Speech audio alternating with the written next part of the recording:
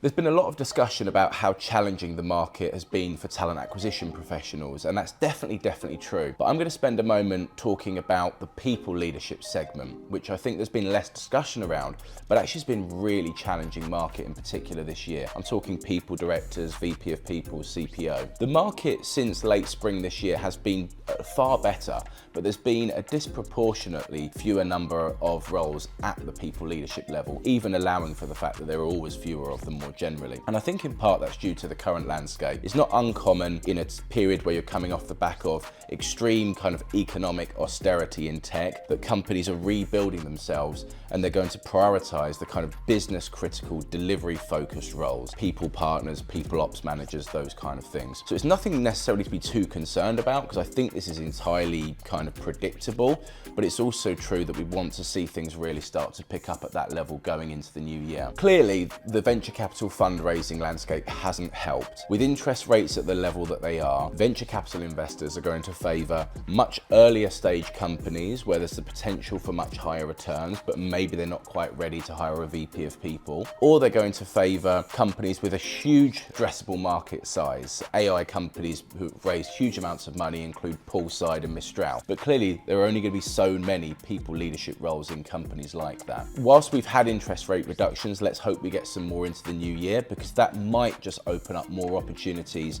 for VP of people and CPO candidates within that Series B and Series C segment, which is where a lot of those roles tend to come up. I tend to think we're trending in the right direction in that respect, and the market will improve.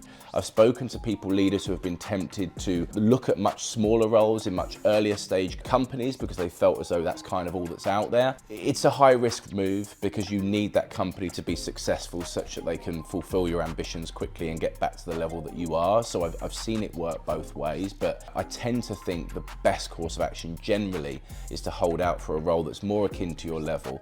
And I tend to think that we'll see more of those going into the new year, albeit January will probably be quite a slow start.